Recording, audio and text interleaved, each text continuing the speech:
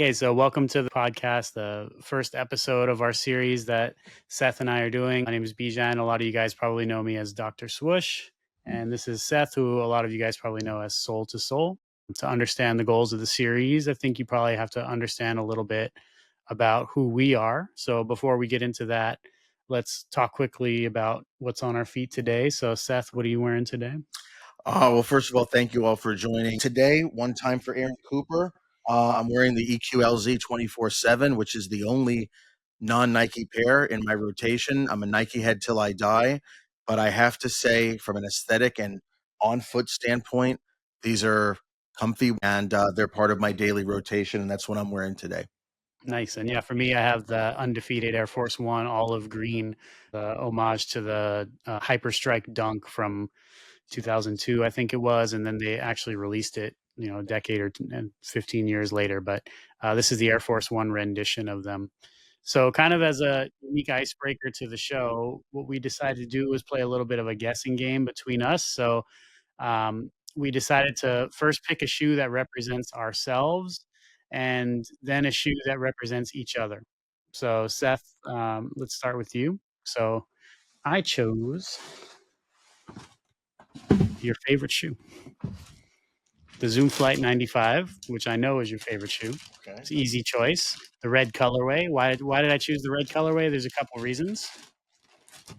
One of them is that you found this shoe for me, which you probably forgot about. No, I remember it well. Was it Depop? I forgot one of the apps. It was Poshmark. Poshmark. Nice. So yeah, I got an email from Seth like, "Hey, go buy this," and I opened it up, and it was these for $50. And I guess the seller didn't realize they were originals. They just kind of looked at the shoe and saw the retro, and that they were like 50 or $60, and so they listed them for that much and got a nice little steal. Nice pickup. In addition to that, these are also Seth's favorite shoe, and this is the shoe that he was wearing when I first met you, which was at Soul Collector in Las Vegas. And you tried to tell me the shoes were still new, even though they were on your feet. But that's another. They're still passable as dead stock. You just got to be careful with the toe crease, and but nonetheless, yeah, great, man, very cool. They look beautiful. I know they look good. Nice age on them. They're not quite falling apart yet, so that's a nice story. The little bug eyes are staying on. We'll talk a lot about that kind of stuff. So, Seth, you're up. What'd you choose for yourself? And let's hear a little bit about you. Wow. I'm not normal, so I've been told in interviews and such. So when I go through pairs that I feel resemble myself in a way, I'm gonna go against the grain. I'm gonna think about what I have that I've sourced over the years, and of course what I love. I'm an underdog. When I think of underdogs in sports, I think of Charles Barkley, I think of Allen Iverson, and I think of my tennis hero, Andre Agassi. Tennis was my first love, born in South Florida. And this is the Air Assailant, 1998 Air Assailant. Thank you to Andrew, Sneaker Preservation Society, who found this. I think it was in a basement in Kentucky. The seller didn't know what it was. That's another thing we'll get to in terms of, eBay auctions, that they don't know what they have. But the point is that Andrew, he knew that I would go bananas, for this model. I actually did not play back in the day with this model, but the reason why the Assailant reminds me, in terms of like myself, is that Andre at the time, he was, on the upswing. This was 1998. He overcame personal challenges. He was 141 in the world, so he had dipped in his career, but he was on the upswing. And wearing this particular model in '98, towards the end of mid '98, late '98 or so, he rose to like number 6 in the world, top 10, which at the time was a record in terms of turnaround. So talk about an underdog, and that's a little bit about myself in a way. That I try to rise up to the occasion if I'm presented with a challenge. So when I look at, this model, I kind of feel like it jives with me. And then, of course, Wilson Smith design, very asymmetrical. Like I said, I'm a little unique in my personality and such. And this sneaker, I think, is something that maybe a lot of people don't know about. But from my personality standpoint, when I was going through, I'm like, I'm gonna go with the Assailant, and that's why. So there you go. Great choice. So, why don't you tell us a little bit about your focus, what you collect, why you collect it? Yeah, I think you and I are kind of cut from a similar or same cloth. I was born in South Florida. Parents divorced when I was young. I moved to LA in the late '80s, and the word no was used a lot. Single mom, school teacher, me and my sister Jade, and so a lot of what I have now, I only dreamed about, especially the basketball and Air Max stuff. Like that was just yeah. Tennis was more affordable at that time, right? Um, but basically, I've been collecting now for over 20 years, probably closer to 25-ish almost. And I love vintage. I've been into vintage for a very long time now. Retro Kid really kind of inspired me in the early 2000s to get into vintage. Tommy Rebel, Brooklyn Basement, Just for Feet. Talk about the Soul Collector Final when he was there. Those two guys really kind of inspired, motivated, pushed, propelled me to like literally stop with the current stuff and start going after the old stuff. So the vast majority of my focus and collection guidance is really geared to vintage now. So heavy tennis, basketball, running, cross training, and a little bit of Reebok.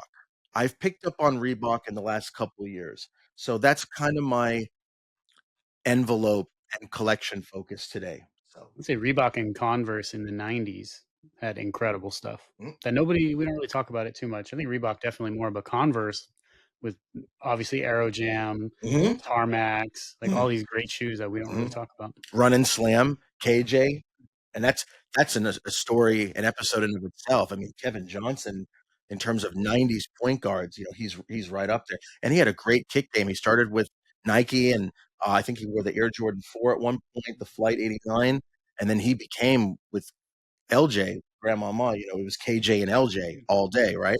So yeah, very, very cool aside. In fact, as a quick aside, as we keep going, I actually loved Converse React. In fact, I wore a handful of Converse models like the Acropolis, Latrell Sprewell. You gotta love Latrell. I mean, mid '90s, Latrell he was definitely action packed.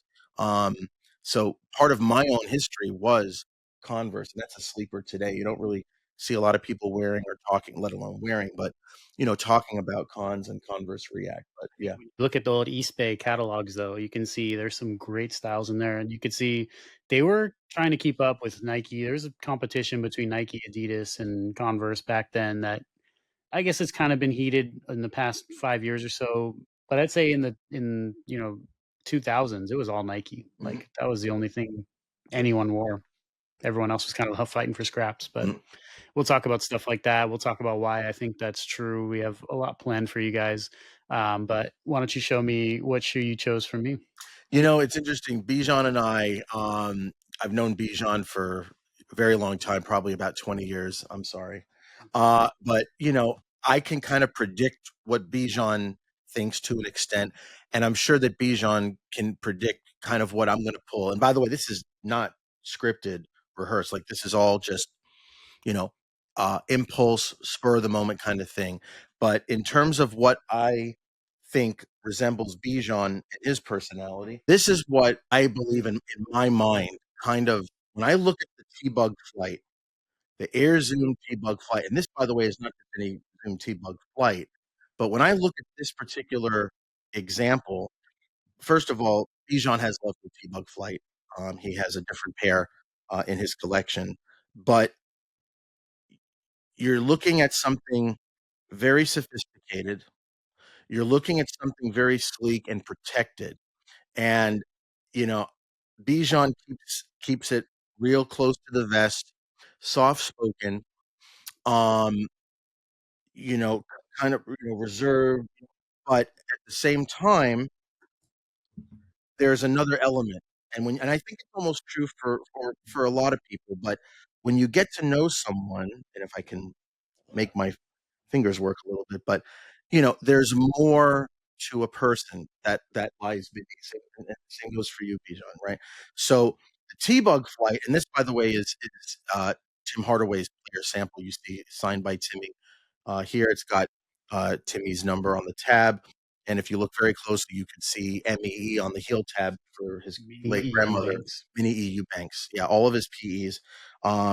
This was, just so you know, this was an eBay find about 10 years ago. The seller was in Iowa, and I believe I paid $50 for it. Completely dead stock, no insole. Interestingly, a lot of PEs back in the day did not come with their insoles. My size 12 and a half, so I'm really picky with sizes, and John knows this about me. But when I saw this, I felt like God kind of smiled on me because, I love Timmy. I'm from Miami. I grew up in South Florida before my parents divorced, and Tim Hardaway is one of my all-time favorite basketball players and athletes. And I love his sneaker game as well. So the T-Bug flight for me, when I see this, uh, I think of you, and I have to say, I got to do it. The monkey paw, when I see the monkey paw, obviously Steve, Sneaker Tech Talk, loves the tech. This is loaded with advanced tech. And, it's like you're a little bit like Shaft. You're a complicated man, but at the same time, you've got that cool, chill personality disposition. This has it all. And so for those reasons, when I look at the T-Bug flight, uh, I think of you I think of Bijan in a way. So there you go. I would say that's a pretty impressive choice, and the thought process behind it, I'm honored by it, and also jealous of the shoe, as you can imagine. But yeah, these are Well, amazing. you've got one too, man. Yeah, I've You got got a mine. great colorway. Mine doesn't have certain things on it. And I want to say one more thing. Um, every sneaker, not just that we have, but every sneaker that you have or that other people have a story. Um, Especially the vintage stuff, because there are years uh, of history. Where were these sneakers before they came to us? These pairs were somewhere, not just in one person's collection or basement, but maybe multiple people. I don't know about you, but I find that really cool. And Yeah, now they're here. where they come from. Yeah. So, little aside. The secret life of your shoes. Okay, so my turn to show the shoe that I chose for myself. So I kind of cheated and did three. Two of them are the same shoe, but there's some story behind that. So I'm born and raised in LA. I was surrounded by Lakers fans within my own house, within my friends. Everyone pretty much was a Laker fan, but I was MJ all day, like everything. Wouldn't wear anything that wasn't black and red. My parents wouldn't buy me the jerseys because they were expensive, but I would wear whatever I could get my hands on that were black and red. Even like the shirts from Kmart that said 3P. You remember those like classic Mhm. 90s shirts, like Yeah. whatever I could get. I did get the Gatorade, so that was a small bonus. But yeah, no, never got the shoes. Wanted them badly. Back when Gatorade tasted and was built differently with glass bottles, right? Yeah, people collect those too. So my earliest shoe memory, I can remember a kid in grade school, super young, wearing Jordan 6 infrareds. I didn't know what they were, but I was like, those are Jordans. Like I know that that's a Jordan shoe. But for me, the whole process of shoes started with the 11, black and red 11, seeing that shoe. A lot of people had them in middle school, just all over the place. Everyone had them but me, it felt like. So that shoe to me was very important. I saw them, I knew I needed them, and a lot of them. To me, it's the greatest shoe ever made. So it's kind of funny because I didn't even get them until relatively recently, an OG pair. I think I kind of avoided the OGs because my first edition was the 2001. I think it's the best looking edition of the shoe, believe it or not. But I think I avoided it because I didn't have it, and I was like, you know what? I don't need the OG. Who needs that? I got my Mhm. retros. I'm okay. But eventually, I kind of came to my senses and realized, like, I do want one of these. So I found these online, relatively recent. They came in this version of this box here, which is a little less common. So the black and red 11s were more commonly in the classic brown and tan and red box. This one here. So I figured, if I'm going to go after this shoe that was so important, I'll get one in each box type for the collection. So um, it's an important shoe for me. It's to me the most important shoe ever made. My favorite shoe ever. I remember being at Foot Locker at Century City Mall, when they had the black and red 11s. I didn't have them then, of course, but I just remember seeing them on the wall, and yeah, almost like a museum worthy piece. You know, it's amazing. Tinker Design. It's arguably either the greatest or one of the greatest Jordans ever made. Sneakers probably overall ever made. But it looks like something that belongs at the J. Paul Getty Museum or at an exhibit. It's like it is a sneaker, but it's like an art piece in a way in terms of craft, materials, construction, design, aesthetic. Yeah, it hits all the marks, the check marks, so to speak. Yeah, and I would say it's simple, but it's also elegant. Yeah, oxidation on the heel, by Yeah, the it's way. plenty of That's great. oxidation. Yeah. They're so old now at this point. But essentially, there's simple lines on the shoe. They're not like an overly complicated shoe overall. But then as you dig into the details, there's a lot of subtleties that make it more complicated. So that's what I love about Jordan 11s and a lot of the good designs, by the way. Um, Actually, we'll get into this later. At some point, we'll talk about 11s, but the Indestruct line actually started the Jordan 11 shape. So we'll talk about stuff like that later on. But that's kind of the easy answer. I figured that's the answer where, like, if Seth had to guess what I was going to say, that's what he would imagine. But, when I'm thinking about myself and what kind of motivated me and who I am and what I like and what shoe is unique, I think I am kind of a unicorn. So I pulled out a unicorn to talk about what shoe represents me. So we'll get into this. Let me just get it out safely here, since these don't see that much air these days. So what is this, Seth? Wow. People call Jokic, is that his name? The Denver Nuggets player, the Joker. But whenever I see this pair in Bijan's collection, I'm like, this is the OG Joker. I mean, when I hear the word Joker, I think of Rain Man Blackjack, and I think of this pair, Air Jordan 7. I'll let you take it away, but obviously this is a true. When you say unicorn, I think unicorn is being thrown around a lot. So is the word grail. We can, continue that a later. But this truly is a unicorn. Yeah. So go. Yeah, I'll let you. It's your So baby. this is, Yeah. I mean, for all accounts, it's a unicorn, one of one. But this is an original 1992 sample colorway Jordan 7. The quality on this shoe is amazing. Like, look at it after all this time. It looks like pretty much brand new with a little bit of yellowing. It's crazy. The quality of these samples back then, and the sevens were good quality shoes in 92, but these samples were even crazier quality, as samples tend to be higher quality. But essentially, the best account that we have for this shoe is that it was designed to be like the Joker colorway.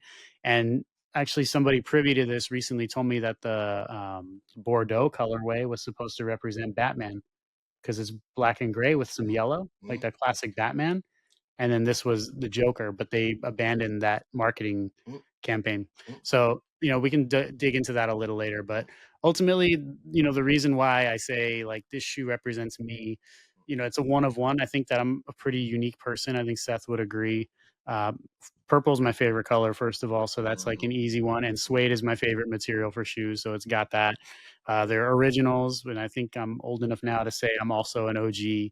Been doing this a long enough time. Remind me, was this an eBay find? If I Yeah, so many years ago, right? this shoe was put on eBay with really bad pictures. It was well labeled. It wasn't one of those auctions that said like Jordan shoe. Like, it was well labeled, said sample in it, said everything, but the entire shoe community thought they were fake. So I'm looking at the picture. There's a grainy picture of the tag, and I'm like, no, that's like an OG tag. That's an OG sample tag, which I'll let you look at, Seth. How, just for the followers, because you and I know about coding and you and I know about font, but can you just maybe very briefly, just for a minute, explain how you saw something that literally no one else saw? How do you read tags? How did you know that it was good at that time? Is that something that you can just First of all, it's made in Taiwan. So most of the samples in these days, not all of them, and we'll talk about that later, but most of the samples were made in Taiwan. There's a certain shape of the font that you just learn that is real. A certain shape of the boxes and the print inside, and then the date has to kind of line up with the story. So in this case, these were made in 1991, around the time of the second Batman. that Jordan bat boots, Yeah. right? It's like all in line, the development of the Jordan 7, because they work about 18 months in advance from the release. Mhm, So if a mhm, shoe came out in 92, it's being made in 91 or earlier. So yeah, just putting the whole picture together. When I looked at the tag, I was like, no, that's an original Jordan, and mhm, that is a sample tag. mhm, Like this is a legit shoe, and everybody thought they were fake. mhm, Everyone was kind of making fun of them. People used to always say how ugly they were and all this other stuff. And now I feel like people have come around because when I mhm, post them now, people are like, oh, these are beautiful. They should drop. They mhm, should not drop, but do not drop these. mhm, But yeah, I think I got really lucky on this that everyone else was asleep at the mhm. wheel. Yep. But yeah, essentially, like they're a unicorn. I've come to realize I'm kind of a unicorn too. I have a crazy amount of shoes around me. I have a crazy job. I have a unique personality. The list goes on. This is a polarizing pair. Mm, People love it. People mm, hate it, There's just no like in me, right? Allen Iverson. And Allen Iverson. Let me ask you, Bijan, since we're on this one, then this is an important one. It is really in terms of your collection, and you have a lot of you have a lot of gems that separate your that you've sourced over years. This is not an overnight thing. If it is, then Then you're probably in the wrong hobby, it's or you're just buying your way But in. in your opinion, where does the top 10, top 5, top 3? I I mean, mean, it's funny because when I think where about questions like that, this is the first shoe that comes to mind. Like the Jordan 11 is my favorite shoe, right? Like that is the best shoe ever. But mhm, when people talk about what is the best shoe in my for collection, you and your collection, where yeah. it's got to be this, like easily, because of the story behind it, the reasons I just said. All these things together make it my probably my favorite shoe in my collection, and probably one of the most valuable, but maybe not the most valuable.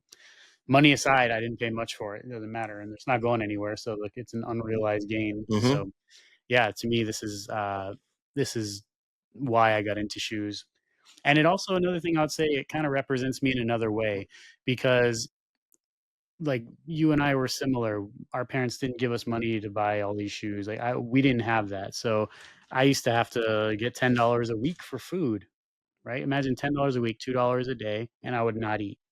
I would save. You can't buy it now. I mean, you wouldn't believe it now, mhm, but I would find other ways to eat. Put it mhm, that way. I would save my $2 a day, and after 15 or 16 weeks, I would go buy a pair of Jordans. Like that was the way mhm, that this all came to me. yeah, So it's only a few years later that I got these, right? Or just not even these as an example, but mhm, any of the shoes in my collection. So I had to scrap to get them. Like I was doing whatever I could to get money. mhm, I wouldn't say I was mowing lawns because nobody was, people had mhm, gardeners by the time we yeah, were kids, right? sure, People weren't doing that. yeah, But, I was buying shoes and reselling them and mhm, doing all kinds of stuff just mhm, to get enough money to buy that mhm, next pair. So this kind of represents what I had to do. I had to outwork, mhm, outthink, and really mhm, just be ready when the opportunity mhm, arose. to So pounce, it's yeah, a very important shoe for me, not only because of how crazy it is, but also it represents me for the reasons I said and kind of what I went through to mhm, build this mhm, collection. mhm. You And I know think you had yeah. similar stories too. Yeah, it's interesting, we're talking about sneakers that remind me of you or whatever. I don't know, I'm gonna try to make you laugh, but 50 Cent's Hustler Ambition, right? Oh 03, 2003-ish or so, That's when this movie give or came take. out.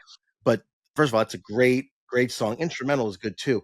But that kind of reminds me of when you were sharing your perspective and your approach. Very focused, with intention, that hustler kind of outworking, working harder, putting in you gotta put in the You time. gotta show it. These don't come to us. They don't come to you. You know what I'm saying? You have to be in a good position, right time, right place, putting in the hours. And let me say one more thing about this pair, and you may wanna show the camera too. The heel tab is holding up very Oh well. yeah, it looks great. We're gonna do a whole video on it. I don't need to A turn it, but a yeah, lot of 7 heel tabs, and I have a couple of original pairs and some retros, but they crack and oxidize over time. that That looks great. I can't believe what this shoe looks like. Honestly, you know, knock Yeah, on sure. Oh, whatever we have yeah. available, but Yeah. it's gonna at some point it's gonna degrade, right? But for right now, being from 91, actually, not even 92, Looking great. and looking that good, Yeah. that's incredible. There's some aging, you can see the laces have gotten darker and Mm, some of the purple has faded. mhm, And I know what they looked like. When did I get these? 2009. So compared to when I got them in Mhm. 2009, they look a little different, but Okay. compared to every other Jordan 7, they're holding up. Let me ask you another question. When you met Tinker last year, did you talk about this pair? Did you show him a picture of this pair? And when you see Mr. Hatfield again, is this something that you would be okay with him um, signing for you? And where do you feel about signing? I like Yeah. the signing, I just don't wanna transport them. That's the part. That's the hard part is Mhm, carrying them somewhere. mhm. In this case, if I had to go to Portland with them, who knows what would happen on the trip. But, Bring we one, did two, talk about maybe. them. Okay, yeah. Him and I have talked about this shoe twice, actually. Once was in, Santa Monica at an event he did, and once was at, an event last year in Portland. So he doesn't remember them. Yeah, he doesn't Mm, remember them at all. He doesn't remember anything about them. He said he had nothing really to do with them that he could remember. So yeah, that's what I remember. So talking about them in the future, he'd probably be like, "All right, let's talk about something I actually care about." okay. But yeah, I mean, getting them signed, I would love to. Getting them up to Portland, that's the problem. Just bring one. Don't bring the set. Yeah, no, I would Right? Yeah. for sure bring one of them, but maybe it's worth it. We'll see. There's other stuff. I got plenty of Nice. stuff for him to sign. Oh, absolutely. Yeah. So in terms of Tinker, I mean, obviously the 11 is his design. So therefore, that would be the your favorite Tinker design and Yeah. model colorway. Is that correct? Yeah, I mean, there's some sleepers in there that he did, like Mm, some of the Turf series that he mhm, did with Tracy Teague. But man, there's a lot of shoes that Tinker did that are awesome. mhm. But the 11's my favorite, and you know, I would say the 23 is up there for me. Yeah. I love the Jordan. I Nice. love the Jordan 23. Yeah. Obviously, I like most Jordans, but the 23 is special to me. And we'll talk about all this stuff, and we Mhm. have examples, and this is kind of just to wet your whistle, if you want to think Tip of it. the tip of the iceberg Tip of kind the of thing, right? iceberg, yeah. Yeah. So this is what the kind of stuff we want to show you guys, and we want to talk about more in depth, obviously, than this. This is surface Mhm, level, mhm, um, but this is the goal of the show to talk about what we did and how we did it, and to go over these shoes that you don't get to see every day. mhm. Yeah, I try to go against the grain. I go for what speaks to me. I don't go after market trends or as a means to an end. I studied philosophy in college, and we talk about like, means to an end. And look, to each their own. But for me, organic passion, what I necessarily didn't have. I mean, as Andrew once said to me, it's something like, when you miss out on something, it makes it feel a little better later on. And these many of these are pairs that have not been retroed, and selfishly to an extent, I hope that they perhaps are not retroed. And I think at this point it's pretty safe. Like I don't really see the T-Bug Yeah. coming I back. don't know. They And retro some weird stuff. yeah, they could be a little all over the place, no rhyme or reason necessarily, but I'm looking forward to, future conversations, and we're coming with a different perspective, as purists to an extent. And our collections there's overlap. Yeah, we have overlap, We but we have have some differences too. We overlap, have a lot of but differences too. we do have, and across the board, we try to cover all the bases. And I think, like for example, you mentioned the 23. That's an absolutely gorgeous design. Um, Certainly museum worthy with the materials and construction, carbon fiber. But I don't have the 23, and so I feel like we try to complement. Mhm. And I think that's something that that if you stick with us, and I think and hope that the people will, you'll see that we try to bring a different perspective, very unique, and models that you may not have seen about or heard about before, but hopefully may resonate with you from a stylistic, aesthetic standpoint, because the 90s had it going on. Yeah, I mean, So, couldn't miss in the '90s, the golden era, mm, which we talk about a lot. yep. But yeah, to me, what I'm my real goal for this channel is that I want us to kind of highlight the shoes and what surrounds them, the stories that got us here. I want the older guys to get back in it. Some of you guys have been collecting and you got out of it because it got stale, or maybe you just lost interest. But this hobby's still here. It was a big part of a lot of people's lives. It is different now. It is different It now. is, but then again, the only thing constant is change, right? It's up to us to make it what it should be. You know, that's part of the reason we're doing this, is to try to change the dialogue a little bit. Nice. So yeah, and if you're a younger collector, we want to show you what it was like. Maybe show you some models you've never seen. Seth has a plethora of obscure things. I do too, but Seth has a lot. So, you know, I'm hoping to kind of bring that in the loop for the younger collectors also, and try to set them off on the right foot so they can, you know, look at the landscape of what's out there and maybe decide what they like and don't like about everything. Nice. Well said. The right foot, literally and Yeah, figuratively. there you Nice. go. Well said. The right. Yeah. Mhm. Okay, Seth. So I think that's it for the first episode, guys. I hope you liked it. And then just a hodgepodge of stuff coming up. I hope you guys like it. There's no rhyme or reason. But we'll see you next time.